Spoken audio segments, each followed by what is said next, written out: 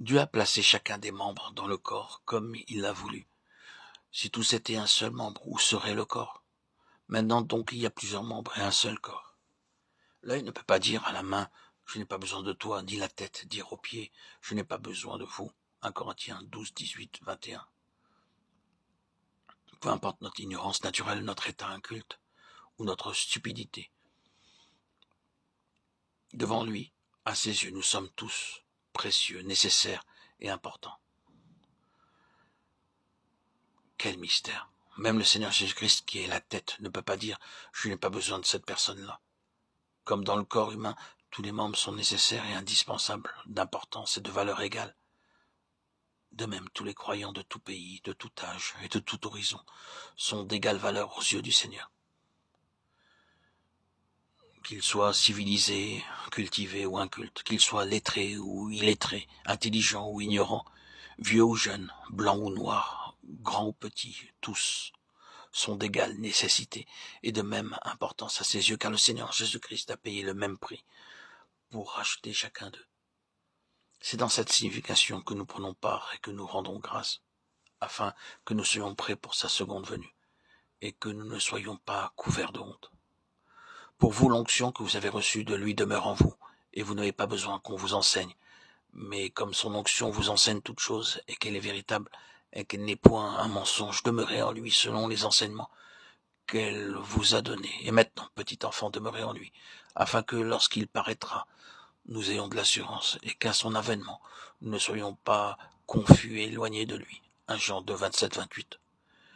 Quiconque a cette espérance en lui se purifie, comme lui-même est pur. 1 Jean 3, 3.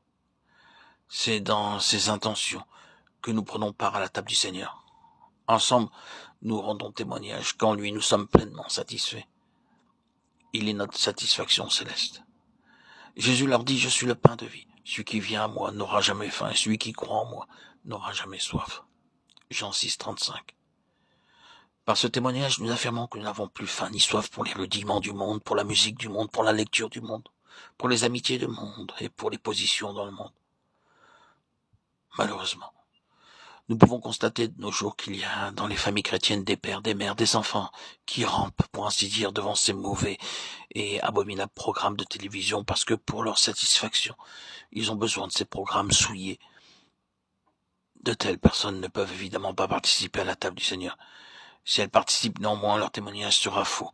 Et par cette participation indigne, elles se placent elles-mêmes sous un jugement et une condamnation. Car celui qui mange et boit sans discerner le corps du Seigneur, mange et boit un jugement contre lui-même. 1 Corinthiens 11, 29. Ainsi, en prenant part à la table du Seigneur, nous témoignons que le Seigneur Jésus est notre satisfaction céleste, notre pain céleste, notre boisson céleste. Pour chacun de nous, cela signifie je l'attends, je regarde vers lui, je me rends prêt pour lui. Il peut venir à n'importe quel moment. Je serai très heureux d'être en sa présence, en sa compagnie. Je n'ai rien de quoi je devrais avoir honte. De même, nous rendons ce témoignage que nous avons une libre entrée identique pour chacun de nous en sa présence. C'est pour cette raison que la table du Seigneur devrait se trouver au milieu de l'assemblée, afin de témoigner que nous avons tous le même accès indistinctement. Ainsi donc, frères, puisque nous avons, au moyen du sang de Jésus, une libre entrée dans le sanctuaire. Hébreux 10, 19.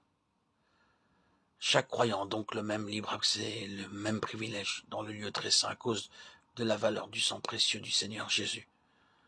Nous avons le droit d'entrer avec n'importe quel fardeau, n'importe quel besoin, n'importe quelle épreuve. Adorons le Seigneur à genoux et remercions-le de cette grâce de goûter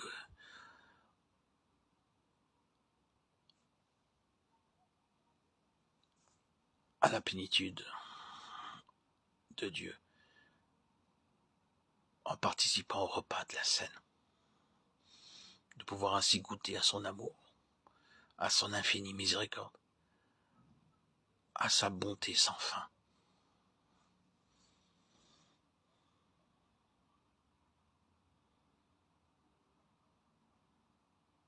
Gloire à Dieu au plus haut des cieux, et paix sur la terre aux hommes qu'il aime.